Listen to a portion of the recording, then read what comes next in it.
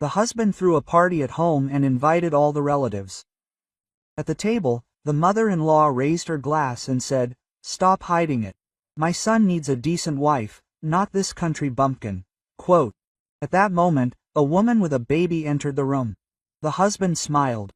I calmly said, "Thank you for the surprise, mother-in-law, but now it's my turn to surprise." Quote. And everyone gasped when I said that before we continue, please write what country you are from and how old you are. Enjoy listening. Anna ran her hand over the perfectly smooth tablecloth, adjusting the lace napkin under the crystal vase with white roses. Today Igor turned 35, the age when a man, in Maria Stepanovna's opinion, should stand firmly on his feet. And most importantly, have an heir. Anna knew that her mother-in-law was up to something. The air had been tense for the past few months, even beneath the polite smiles and small talk. She glanced around the living room. Everything was impeccable. The glasses were polished to a shine, the plates were laid out according to all the rules of serving, the curtains were perfectly ironed. Anna had always strived for the ideal, for harmony, perhaps because her own childhood had been spent in a modest, even cramped environment. She had achieved everything herself. A good job, an apartment in a prestigious area, a husband who seemed loving and caring. But this idol, as she already knew, had cracked. The doorbell tore her out of her thoughts. It was probably Maria Stepanovna. Anna took a deep breath, gathering her courage. An evening full of hidden barbs and veiled insults lay ahead. Her mother-in-law, as always, was dressed with impeccable taste. An elegant suit, expensive jewelry. She carried herself with a regal bearing, as if she were doing her a favor by visiting their modest home. Igor, kissing his mother on the cheek, looked guilty. He always felt lost in Maria Stepanovna's presence, like a little boy needing her approval. "Anna, my dear, how beautiful you look," Maria Stepanovna purred, but there was not a drop of sincerity in her voice. "Nades, you have prepared something tasty for my boy. He needs to eat well." Quote. Anna ignored the barb. "I tried to please everyone," she answered reservedly, inviting the guests to the table. Soon the rest of the relatives, Igor's cousins with their wives and husbands, old friends of the family began to gather. The atmosphere was tense, but outwardly everything seemed quite decent. Igor sat at the head of the table, smiling sheepishly at the guests. He was clearly nervous, glancing now at his mother, now at Anna. She tried not to show her worries, maintained small talk, made sure that everyone had full glasses. An atmosphere of ostentatious prosperity reigned at the table, conversations about new cars, expensive resorts, successful investments. Anna felt like an outsider in this world, as if she were watching what was happening from the outside. She never chased wealth. Other values were more important to her: honesty, loyalty, mutual understanding. But as it turned out, this was exactly what she lacked. During dinner, Maria Stepanovna did not miss the opportunity to prick Anna, sometimes casually mentioning her modest origins, sometimes asking when they would finally please her with grandchildren. "Igor, it's time for you to think about an heir," she declared loudly, so that everyone could hear. "Time is passing, and you still haven't started a family." Anna felt the blood rush to her face. She knew that Maria Stepanovna was deliberately provoking her, but she tried to remain calm, pretending not to understand the hints. After several hours of agonizing waiting, when dessert was already served, Maria Stepanovna rose from her seat. In her hand she held a glass of champagne. "Dear guests," she began solemnly, "I want to raise this glass to my beloved son Igor, to his health, success and his future." She paused, casting a contemptuous glance at Anna. "Igor is a worthy man. He deserves a real wife. A wife who can give him an heir, continue our family line." Anna felt her heart squeeze with pain.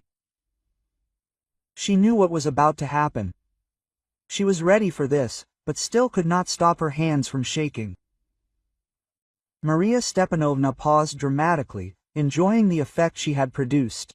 Unfortunately, not everyone is given the ability to understand the true purpose of a woman, she continued, looking straight into Anna's eyes. But I am sure that Igor will make the right choice. She raised her hand, as if giving a sign to someone. Dear guests, I would like to introduce you to the future heir. At that moment, the doors of the living room swung open and a young woman entered the room. In her arms she held a baby wrapped in a blue blanket. It was Marina, young, attractive, with a naive expression on her face. Igor blushed as a lobster. He clearly did not expect such a turn of events. He lowered his eyes, not knowing what to say. Marina came up to him, holding out the baby. A deathly silence reigned in the room. The guests whispered, not knowing how to react. Anna felt how all eyes were fixed on her. Everyone was waiting for her reaction, waiting for a scandal, hysteria, tears, but they were wrong. Anna took a deep breath, trying to calm down. She looked at Igor, at Marina, at Maria Stepanovna, and in her eyes there was no trace of despair, only a cold, calculating look. You are right, Maria Stepanovna, she said calmly but firmly. Not everyone is given to understand the true purpose of a woman. Anna raised her glass. The crystal-clear sound of the crystal resounded through the tense silence of the living room. All eyes were glued to her, expecting an explosion, hysteria, anything but the icy composure she demonstrated. Quote, Thank you for the surprise, Maria Stepanovna, she said in an even voice, in which there seemed to be not a drop of offense. But now it's my turn. Quote, Igor sat as if paralyzed between his mother and Marina, every now and then shifting his gaze from one to the other. It was as if he was waiting for someone to say that this was a bad dream, that none of this was really happening. Maria Stepanovna, usually impenetrable, frowned. A shadow of anxiety flashed in her eyes. Marina, hugging the child, looked confused and frightened. Her flirtatious self-confidence instantly evaporated. Anna put the glass on the table with a quiet thud, which in this atmosphere sounded like a gunshot. Slowly, methodically, she took a thick folder out of her elegant handbag. The heavy sheets of thick paper rustled when she put it on the table, right in front of the stunned Maria Stepanovna. Here are all the answers, Anna said calmly, looking around at those present. Answers to the questions you were afraid to ask, and to those I wasn't going to raise until the time was right. She opened the folder. The first sheet was screenshots. Hundreds of screenshots, printed in high resolution. Screenshots of Marina's correspondence. Not with Igor, but with another man. The man Marina called her honey, her darling, her daddy. The man with whom she discussed how to fool this Igor and squeeze every last drop of juice out of his mother. Anna took one of the screenshots and held it up to Marina's face. Quote, Do you recognize the handwriting, Marina? She asked with a cold smile. Or should I read it out loud, how you planned our happy family life? Marina turned pale, her lips trembled. She tried to say something, but only an inarticulate sound came out of her throat. Maria Stepanovna seemed to have turned to stone. Her imperious face, usually radiating confidence and superiority, now expressed a mixture of shock and rage. And it was Anna who turned the page and took out another document. For the most distrustful, it was the result of a DNA test, an official document from an independent laboratory confirming that Igor was not the father of Marina's child. A quiet sigh swept through the living room. Those present, who had held their breath until then, began to whisper, exchanging surprised glances. Anna did not pay attention to them. She looked straight at Igor. Despair and incomprehension were read in his eyes. He seemed small and lost, like a child who was left alone. In an unfamiliar place. Quote, Did you really think I would believe in this cheap production, Igor? Anna asked. Her voice was full of contempt. Quote, Did you really think I was that naive and blind? Igor tried to say something, to justify himself, but Anna interrupted him with a wave of her hand. Don't waste words, Igor. Everything has already been said. Then she took the last document out of the folder. This document was the most important. It was a divorce petition. The petition that Anna had filed 2 weeks ago. In secret from everyone. And this. Anna held up the divorce petition so that everyone could see it. My parting gift. She emphasized one important detail in the document. Pay attention to the date of filing the petition. 2 weeks ago, before Maria Stepanovna decided to introduce us to this happy family, before you, Igor, realized that it turns out, am not right for you. Anna fell silent, giving everyone time to realize the scale of her plan. She watched as the expressions on the faces of those present changed. Shock, surprise, admiration, sympathy. She saw everything. And most importantly, Anna spoke again. Her voice was firm and confident. The petition stated that all property and accounts were frozen until a decision was made. Court. So, Maria Stepanovna, I'm afraid your plans to redistribute the property will have to be postponed. Nothing will work out for you. At that moment, Maria Stepanovna finally showed signs of life. Her face turned purple, her eyes flashed with rage. Quote, "You dared?" she whispered, struggling to find the words.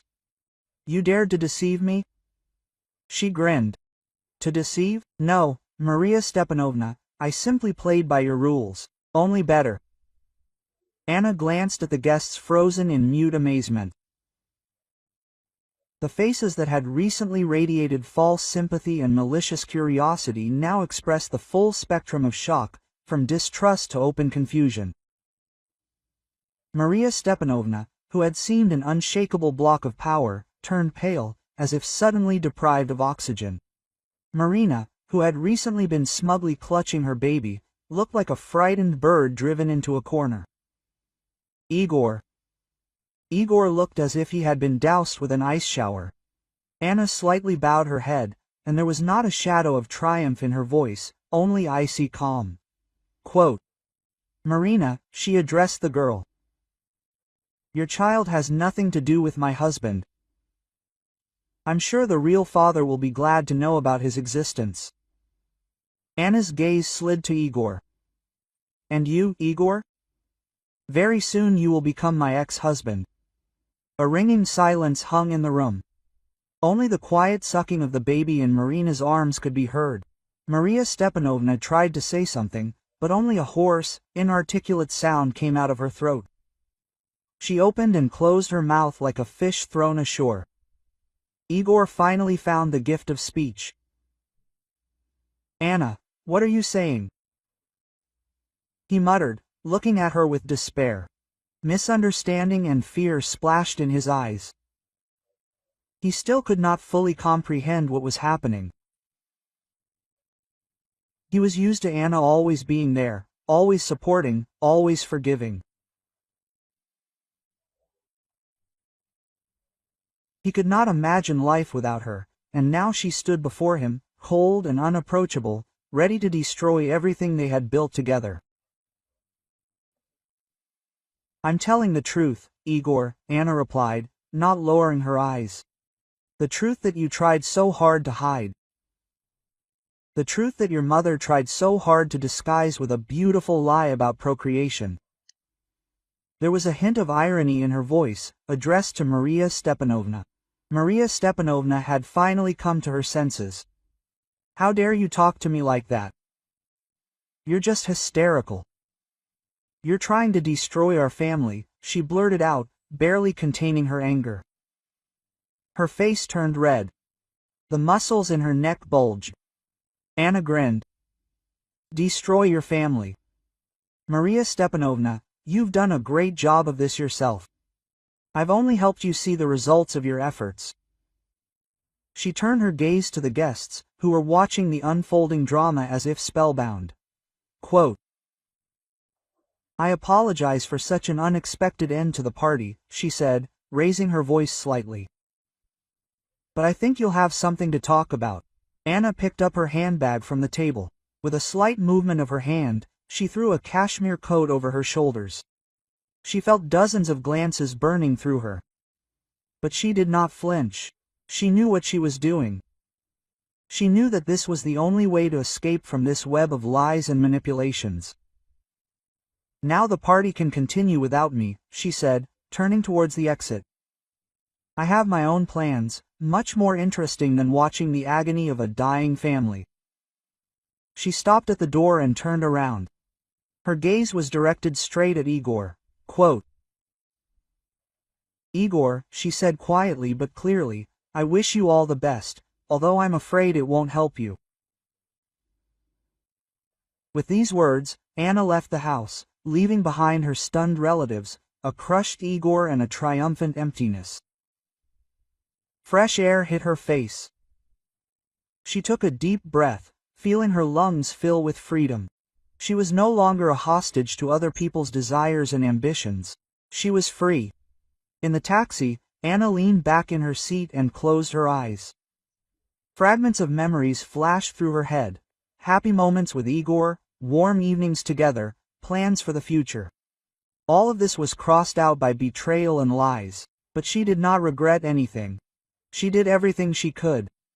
She fought for her love until she realized that there was nothing left to fight for.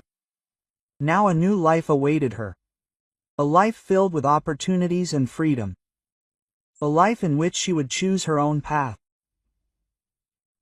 Anna took her phone out of her purse and dialed her friend Svetlana. Sveta, hi, how are you?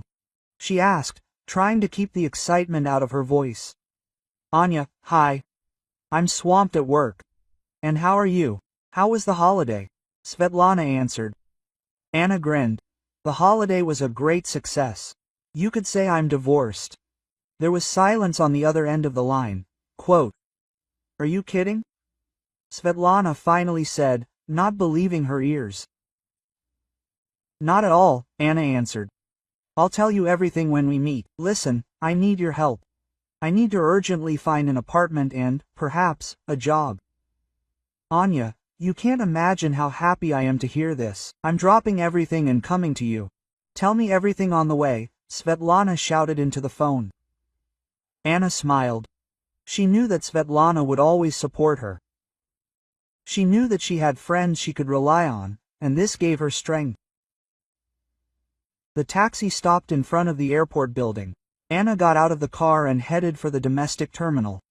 She bought a ticket for the next flight to St. Petersburg. She wanted to see the city on the Neva, wander along its embankments, breathe in its cool air. She wanted to start from scratch.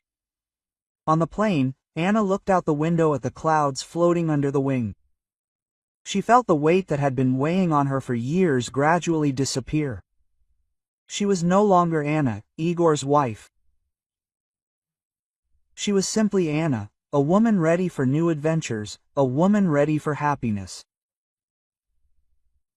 She took her wedding ring out of her purse and looked at it for a long time. A gold ring, a symbol of her broken marriage, a symbol of her pain and disappointment. She squeezed it tightly in her palm and closed her eyes. St. Petersburg greeted her with a cool wind and a gray sky, but Anna felt happy. She was home. She was free. A new life awaited her. A life in which she would be the mistress of her own destiny. And she was ready for it.